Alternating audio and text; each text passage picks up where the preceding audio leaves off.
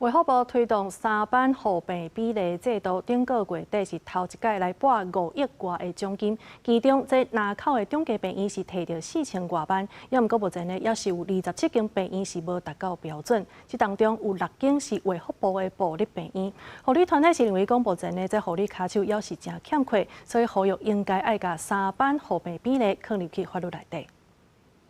为改善血管护理降低人力负担，卫福部推动3班互病比达标奖励制度，鼓励病院补助护理人力。6月底第一摆拨付5.47亿奖励金，其中南口中景病院奖励金有4053万是第一，不过有27间病院无达标。3班互病比现在这样的一个奖励政策呢，我们认为根本就是图利医院的一个政策，因为他们根本就没有在做任何的改善，也没有落实稽核，还放水给这一些达标的医院做奖励。根据卫福部资料显示，113年3月到114年3月，17间3班互病比无达标病院，包含卫福部所属病院体系有6间，分别是部立台北病院、祥和病院、苗栗病院、丰原病院、中华病院、甲台南病院，奖励金是0。